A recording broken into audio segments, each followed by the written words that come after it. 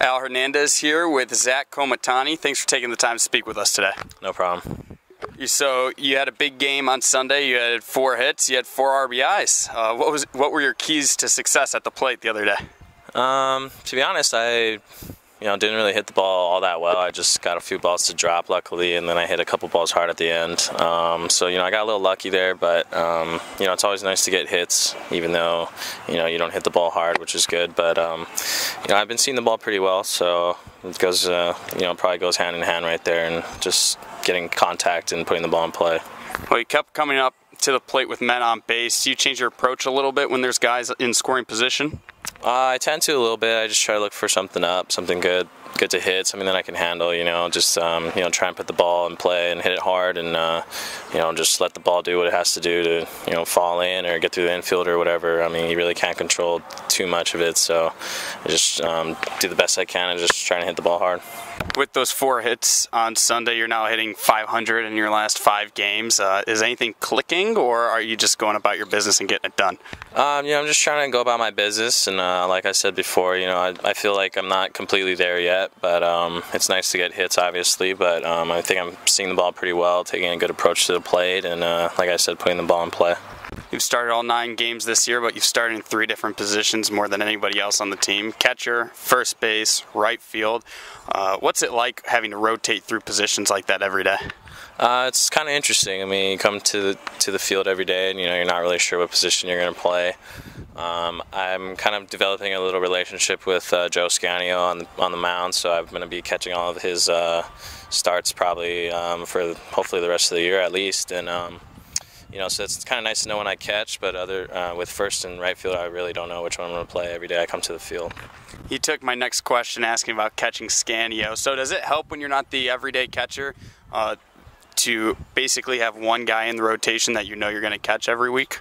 It does help a little bit. It's nice kind of just to know when you're going to catch and, kind of just get ready for that game the way that I need to, get my body ready to catch and stuff. But, Joe's been doing really well, so it's been a pleasure to catch him, and he makes it a lot easier on me. But yeah, I mean, it's my first priority is to catch, so I really enjoy catching a lot. Is it a little more difficult for you to develop a relationship with the pitchers when you have other positions you play along with catcher?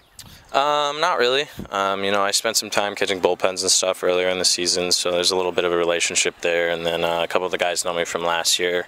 But yeah, I mean, I haven't caught everybody here, obviously, so there's some relationship building that needs to happen, but I think I make guys pretty comfortable back there, and I let them call the pitches on their own. If they shake me, it's not a big deal or anything like that, so yeah. Do you prep differently for a game when you're playing a different position, catcher versus first versus right? Yeah, as far as catching, I just really want to make sure that my whole body's loose. Obviously, it's pretty taxing on the legs and stuff. And I had a shoulder surgery a couple years ago, so I really try to get my shoulder ready for the game. It's just because I'll be throwing a lot more from behind the plate. So. What's it like playing in the right field here, which is a little more unique? It's only $2.99, and you have to play that big wall. Yeah, I played a little bit last year, so I'm kind of used to it. But yeah, having that big wall behind you is a little different. I try to play pretty close to the wall so that I'm not running back on balls, because it's a lot harder to catch balls when you're running back.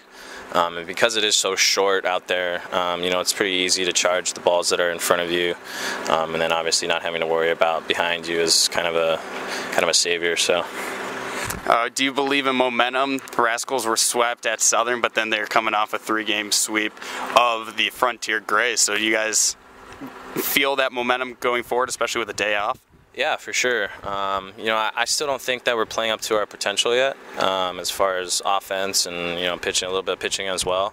But I think we're right there. And then just playing the Grays, who are a good team, but it was nice to just get 3 wins against them, and just know what it feels like to win, and then kind of just go in that direction. And like you said, just keep the momentum going. 3 of the first 4 series of the year have been at home now. Do you like to start the season maybe with more games at home to get into the groove of things, or do you maybe prefer to play some on the road and have more games at home later on? I think, playing at home, all of us feel the most comfortable, obviously, so it's always good to play at home. I think, we're all comfortable seeing the ball as hitters here at home more than we are on the road.